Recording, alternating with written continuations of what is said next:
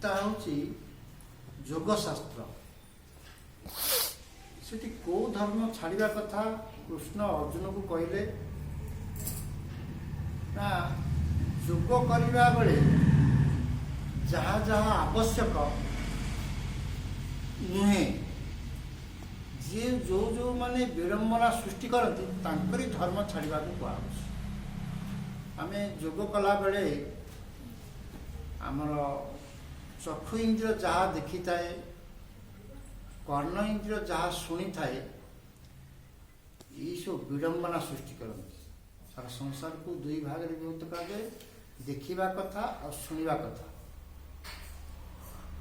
କିନ୍ତୁ ଲୋକମାନେ ବୁଝିଲେ ସବୁ ଧର୍ମ ଛାଡ଼ି, ଖ୍ରୀଷ୍ଟ ଧର୍ମ ଛାଡ଼ି, ମୁସଲମାନ ଧର୍ମ ଛାଡ଼ି, ଶିଖ ଧର୍ମ ଛାଡ଼ି, ଇସାଇ ଧର୍ମ ଛାଡ଼ି ଯଦି କୃଷ୍ଣର ଶରଣ ଯିବା ତାହେଲେ କୃଷ୍ଣ ଆମକୁ ମୋକ୍ଷ କରିଦେବେ।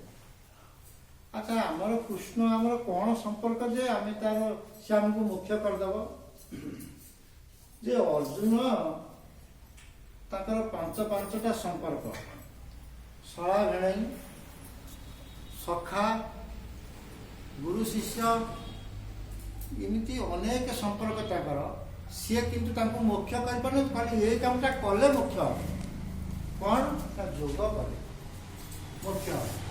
କିନ୍ତୁ ଲୋକମାନେ ବୁଝି ନ ପାରିବାର କାରଣ, ଏ ଶ୍ଲୋକରେ ଗୋଟିଏ ଶବ୍ଦ ଅଛି, ତାକୁ ନ ବୁଝିପାରିବାରୁ ସେ ତାର ଅର୍ଥ ବୁଝିପାରୁନାହିଁ। ସେ ଶବ୍ଦଟା ହେଉଛି ମାମ୍। ସର୍ବଧର୍ମାନ୍ ପରିତ୍ୟଜ ମାମ୍ ତ୍ୱଂ ଶରଣଂ ବ୍ରଜ ଅହଂ ତ୍ୱଂ ସର୍ବ ପାପେଭ୍ୟୋ ମୋକ୍ଷୟିତୁମ୍ ଆଶୁଚ। ସେ ମାମ୍ ଶବ୍ଦର ଅର୍ଥଟାକୁ, ଯେତେ ଶ୍ଲୋକ ଅଛି, ସେ ମାମ୍ ଶବ୍ଦଟା ଯଦି ଅର୍ଥ ବୁଝିଯିବ ତାହେଲେ ସେ ଶ୍ଲୋକର ଅର୍ଥ ବୁଝିବ। କିନ୍ତୁ ମାମ୍ର ଅର୍ଥ ବୁଝିପାରିଲେ ନାହିଁ। ତାହେଲେ ସେଇ ଶ୍ଲୋକଟା, ଏ ମାମ୍ ଶବ୍ଦର ଅର୍ଥ ସର୍ବଦେବ ଗୋଟିଏ ବହି ଲେଖିଛନ୍ତି, ଗୀତା ଓ ରାମାୟଣର ମର୍ମ। ସେ ଗୀତାରେ ଯେଉଁ ଯେତେ କଥା କୁହାହେଇଛି, ଅସମଦ ଶବ୍ଦର ଯେତେ ବିଭକ୍ତି କୁହାହେଇଛି, ତାକୁ ଯେଉଁ ଆତ୍ମା ଯଦି ସେଠି ବୁଝେଇଦେବେ, ନିଜେ ଲେଖିଦେବେ, ତାର ପ୍ରକୃତ ଅର୍ଥ ବାହାରିବ। ଯଦି ନିଜେ ନ କରିବେ ତାର ପ୍ରକୃତ ଅର୍ଥ ବାହାରିବ ନାହିଁ।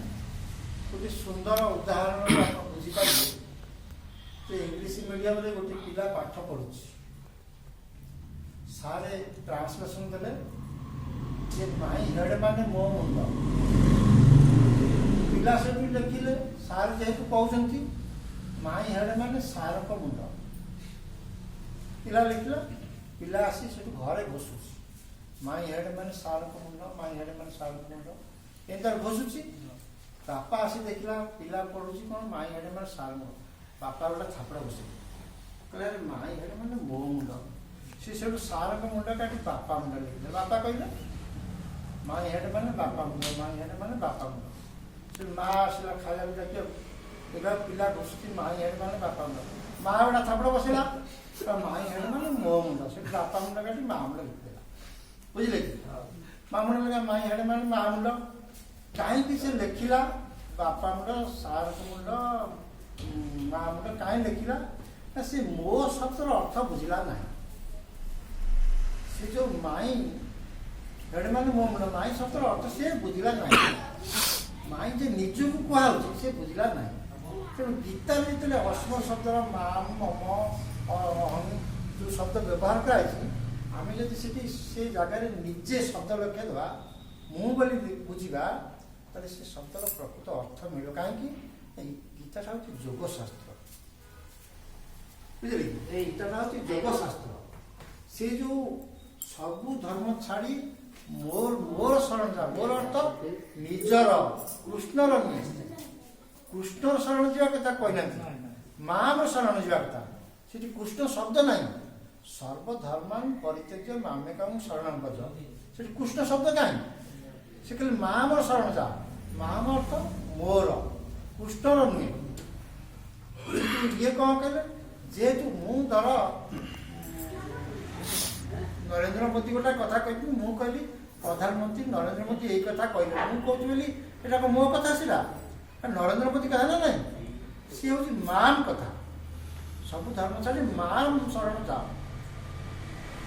ଇଏ ବିଭୂତି ଯୋଗରେ ଅର୍ଜୁନକୁ କୃଷ୍ଣ କହିଲେ, ସେ ଯେଉଁ କୃଷ୍ଣକୁ ଅର୍ଜୁନ ପଚାରିଲେ କହିଲେ ସଖା ନାଇଁ, କୃଷ୍ଣ ଅର୍ଜୁନ କହିଲେ ଯେ ସର୍ପ ମଧ୍ୟରେ ମୁଁ ହେଉଛି ତକ୍ଷକ, ଅଶ୍ୱ ମଧ୍ୟରେ ମୁଁ ହେଉଛି ଉଚ୍ଚେଶ୍ୱର, ହସ୍ତି ମଧ୍ୟରେ ମୁଁ ହେଉଛି ଐରାବତ, ଶସ୍ୟ ମଧ୍ୟରେ ମୁଁ ହେଉଛି ଧାନ, ବୃକ୍ଷ ମଧ୍ୟରେ ମୁଁ ହେଉଛି ଅଶ୍ୱସ୍ଥ ବୃକ୍ଷ, ମନୁଷ୍ୟ ମଧ୍ୟରେ ମୁଁ ହେଉଛି ରାଜା।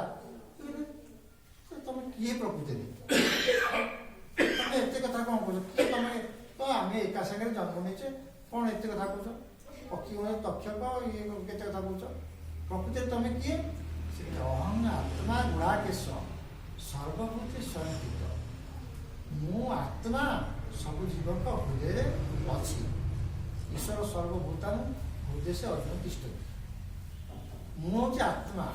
ଆତ୍ମା ଶବ୍ଦ ହେଉଛି ଗୋଟେ ଦାର୍ଶନିକ ଶବ୍ଦ, ତାର ଓଡ଼ିଆ ଅର୍ଥ ହେଉଛି ନିଜେ। ଆତ୍ମା ଶବ୍ଦର ଅର୍ଥ ହେଉଛି ନିଜେ। ଆତ୍ମଜ୍ଞାନ ଯାହା, ନିଜ ଜ୍ଞାନ ସେଇଆ। ତେଣୁ ସେ ନିଜେ ଶବ୍ଦ ଆମେ ଯେହେତୁ ଓଡ଼ିଆ, ନିଜେ ଲେଖିଦେଲେ ତାର ପ୍ରକୃତ ଅର୍ଥଟା ଆମେ ବୁଝିପାରିବା। ତେଣୁ ଯେତେବେଳେ କୃଷ୍ଣ କହିଲେ ସର୍ବଧର୍ମ ପରିତ୍ୟଜ୍ୟ ମାମେକ ଶରଣ ବ୍ରଜ, ସେ ମାମ ଅର୍ଥ ନ ବୁଝି କୃଷ୍ଣକୁ ପୂଜା କରିବା ଚାଲେ। କାହିଁକି ନା କୃଷ୍ଣ ଆମକୁ ମୋକ୍ଷ କରିଦେବ। କୃଷ୍ଣ ଆମକୁ ମୋକ୍ଷ କରିଦେବ। କାହିଁକି? ସିଏ ତ ନନ୍ଦ ତା ବାପା ତାକୁ ମୋକ୍ଷ କରିପାରିଲାନି, ତାର ନିଜର ଲୋକ, ଆମକୁ କେମିତି ମୋକ୍ଷ କରିଦେବ? ତା ଛଡ଼ା ଆମର ବାପା ଜେଜେବାପା ଏଇ କିଛି ବର୍ଷ ତଳେ ମରିଛନ୍ତି, କି 10 ବର୍ଷ 15 ବର୍ଷ 50 ବର୍ଷ ତଳେ ମରିଛନ୍ତି। ତାଙ୍କୁ ଡାକିଲେ ତ ସେ ଗୋଟା ମାଟି ବୋଝ ମୋ ମୁଣ୍ଡକୁ ଦେବ, ଦେଇପାରେ। କାହିଁକିନା ସେ ମରିଯାଇଛି। 5000 ବର୍ଷ ତଳେ କୃଷ୍ଣ ମରିଲେଣି, ସେ ଆମକୁ କ'ଣ ଉପଦେଶ ଦେବ? ତାର ନିଜର ଲୋକକୁ ତ ସେ ଉଦ୍ଧାର କରିପାରିନାହାନ୍ତି, ଆମକୁ କେମିତି ଉଦ୍ଧାର କରିବ? ସେଇ ଗୀତାରେ କହିଛି ଉଦ୍ଧରେତେ ଆତ୍ମନ, ନିଜକୁ ନିଜେ ଉଦ୍ଧାର କର। ଉଦ୍ଧାରକର୍ତ୍ତା କେହି ନୁହେଁ, ନିଜ ଦ୍ୱାରା ନିଜେ ଉଦ୍ଧାର ହେବ। ତେଣୁ ଆମେ ନିଜ ଦ୍ୱାରା ଉଦ୍ଧାର ହେବା କେମିତି? ସଦ୍ଗୁରୁଙ୍କ ଜ୍ଞାନ ଉପଦେଶ ଆମେ ପାଳନ କଲେ। ମହାଜନ ଯେନ ଗ୍ରନ୍ଥସ୍ୟ ପନ୍ଥା, ମହାଜନ ମାନେ ଯେଉଁ ବାଟେ ଯାଇଛନ୍ତି, ଯାଇ ନିଜକୁ ନିରୋଗ ସୁସ୍ଥ ସୁନ୍ଦର ନିର୍ବିକାର କରି ଶେଷରେ ଜୀବନ ମୁକ୍ତ ଉପଲବ୍ଧି କରୁଛନ୍ତି, ଆନନ୍ଦ ଉପଲବ୍ଧି କରୁଛନ୍ତି। ଆମେ ଯଦି ସେଇ ବାଟେ ଯେ ଆମେ ଦେଖିଲେ ସେ ପିଲାଟା ପାଠ ପଢ଼ି ଚାକିରି କରି ଦରମା ପାଉଛି, ଭଲ ପଇସା ଭଲ ଚଳୁଛି। ଆମେ ଆମ ପିଲାକୁ ପାଠ ପଢ଼ୁଛେ, ତୁ ଚାକିରି କର, ତୁ ଦରମା ପାଇ ଭଲ ଚଳିବୁ, ଆମେ ପାଠ ପଢ଼ଉଛେ। କିନ୍ତୁ ମହାଜନ ମାନେ ଯେଉଁ ବାଟେ ଯାଇଛନ୍ତି, ସେ ବୁଦ୍ଧଦେବ ଦେଖିଲେ କ'ଣ, ପୁରା ବୁଢ଼ାଟାକୁ ଦେଖିଲେ, ଆରେ ଏଇ ଆମକୁ ବୁଢ଼ା ହେବାକୁ ପଡ଼ିବ ନା ନା। ସେଠୁ ଗୋଟିଏ ଶବ ଦେଖିଲେ, ଆରେ ମୁଁ ମରିବାକୁ ପଡ଼ିବ, ଏ ବାଟ ଠିକ୍ ନୁହେଁ। ଦେଖିଲେ ସନ୍ନ୍ୟାସୀ ସୁନ୍ଦର, ସବୁବେଳେ ସୁନ୍ଦର, ସନ୍ନ୍ୟାସୀ ସବୁବେଳେ ସୁନ୍ଦର। ତେଣୁ ସେ ସନ୍ନ୍ୟାସ ବ୍ରତ। ତେଣୁ ଆମକୁ ସେଇ ଜିନିଷ କରିବାକୁ ପଡ଼ିବ ଯେ ଆମେ ସବୁବେଳେ ଯେମିତି ସୌନ୍ଦର୍ଯ୍ୟବାନ ହେବା। କେମିତି ନା ଯୋଗ କରିକି ଆମକୁ ସୌନ୍ଦର୍ଯ୍ୟବାନ କରାଏ କିଏ? ସେ ବସ୍ତୁଟିର ନାମ ହେଉଛି ପ୍ରାଣ। ପ୍ରାଣ ଆମ ଶରୀରକୁ ଡଉଲଡାଉଲ କରେ, ଆମ ଶରୀରକୁ ସବୁଜିବା କରେ, ଆମ ଶରୀରରେ ରୋଗ ପ୍ରତିରୋଧ ଶକ୍ତି ବଢ଼ାଏ। ପ୍ରାଣ ବହୁତ, ପ୍ରାଣ ଆମ ଶରୀରରେ ରକ୍ତ ତିଆରି କରେ। ତେଣୁ ସେ ପ୍ରାଣକୁ ଜନ୍ମରୁ ଆଜି ପର୍ଯ୍ୟନ୍ତ କେବେ ହେଲେ ବିଶ୍ରାମ ନାହିଁ। ତେଣୁ ସେ ଯଦି ବିଶ୍ରାମ ନେବ, ଆମ ପାଇଁ ବହୁତ ଉପକାର କରିବ ଆମର। ତେଣୁ ତାକୁ ବିଶ୍ରାମ ଦେବା ପାଇଁ ମୁନିଷୀ ମାନେ ବ୍ୟବସ୍ଥା କଲେ କ'ଣ ନା ପ୍ରାଣାୟାମ, ପ୍ରାଣଯୁକ୍ତ ଆୟାମ ପ୍ରାଣାୟାମ। ଆପଣଙ୍କର ଶରୀର ଦୁର୍ବଳ ହେଇଛି, ପାଦ ଦୁର୍ବଳ ହେଇଛି, ହଁ, ଆପଣଙ୍କର ଅସୁସ୍ଥ ହେଇଛନ୍ତି, ଆପଣ ପ୍ରାଣ ଶକ୍ତି କି ଶରୀରର ପ୍ରତ୍ୟେକ ଜାଗାକୁ ପଠାନ୍ତୁ। ପ୍ରାଣ ଶକ୍ତି କି ଶରୀରର ପ୍ରତ୍ୟେକ ଜାଗାକୁ ପଠାଇଲେ ସେ ଯେଉଁ ଦୁର୍ବଳତାକୁ ସେ ହଟେଇବ। କିଏ? ପ୍ରାଣ। ବୁଝିଲେ? ପ୍ରାଣ ଶକ୍ତି ଆପଣଙ୍କର ଶରୀରର ପ୍ରତ୍ୟେକ ଜାଗାକୁ ପଠାନ୍ତୁ।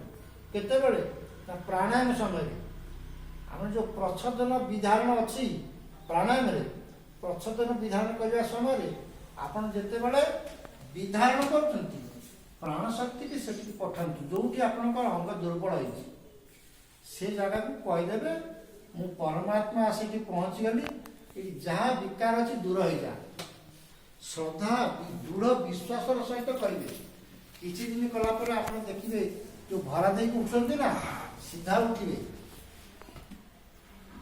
आपण शरीर से बड़ सृष्टि हम आप देखिए जनकर गहिरा गहिरा घा हो जाए सी पुणी पूरण हो नहीं किए पूरण कर औषध पूर्ण करे औषध रोग भल करे आप देखिए आम फसल कर धान धान षंड खाइला आम गोड़ुचे ना नहीं केमी गोड़ुचे बाड़ी धरी गोड़ुचे षंड पड़े जाऊँगी हाथी खाइब आम कौन बाड़ी धरे गोड़ेबा आम बंदूक कि निआ देखी गोड़ेबा किंतु जदि आम धान बसैचे कौन धान बसैचे ताकू छेड़ी खाइला आम गोड़े दौचे खाली हाथ में गोड़े दौचे आम देह मशा बसला आम बाड़ी में गोड़े ना बंदूक गोड़े हाथ में गोड़े दौचे सेमती आम देह रोग होमें औषध द्वारा गोड़े दौचे आप देखु जीतिक कहला हाथी हो षंड हो मशा हो ये हूँ आम शत्रु कहीं आम खाद्य सी नष्ट कर आम खाद्य जी नष्ट कर सी आम शत्रु आम शरीर जी नष्ट कर सी आम शत्रु कि शत्रु को गोड़ेवा जो जंत्र सब व्यवहार है हाथी निआ जड़ षंड बाड़ी जड़ मशा हाथ जड़ रोग औषध जड़ ये कहार जीवन शक्ति ना जदि आम बिल ठेंगा बाड़ीटा थई आसवा षंड खाइब बाड़ी छाँ को गोड़ेबनी बंदूक थई आसवा हाथी खाऊब बंदूक छाँ को गोड़ेबनी हाथी की हाथ पड़े हाथ नजर मशा को गोड़े पारबनी औषध थुआ आम पेट भर छाँ को पड़ेबनी कहीं ना ये सब जड़ ये किसी कर चेतन आपको अस्त्र रूप में व्यवहार कर शत्रु को विनाश कर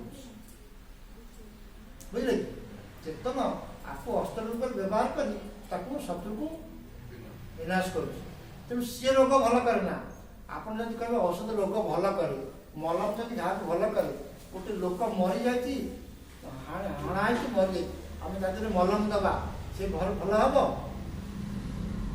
औषध दबा सी भल हम कहीं मला समय जो क्षत से पूरण हम कहीं पूरण करला वाला ना पूरण जे करे औषध को व्यवहार कर पूरण करे सी ना तेणु आम पाखे सी अच्छी गोटे लोक दुर्बल हो जाए सी सुस्थ सबल हो जाए किंतु गोटा मला गछ जदि एति मोटर गछ मरी जाए सी आ मोटा हो पारनी किंतु एति मोटर गछ भल अच्छी जीवंत से दरकार पड़े एत मोटा हो आम ये काटी गला आम भल हो जाऊँ ये चोटे दबा यहाँ हाणी हो आर वर्ष देखला कंटा हम आप गोटा जीवता गछ को चोट पकईदे किसी दिन पर देखिए से पूरण हो जाए किए कला से तो औषध मोर आलानी किए कला ये तो औषध मोर आनी ये कहीं है गचर जो जीवन शक्ति अच्छी सीता पूरण कर आम भर से जीवन शक्ति अच्छी बुझे आम भर से जीवन शक्ति अच्छी ये पूरण कर दुर्बलता को हटेब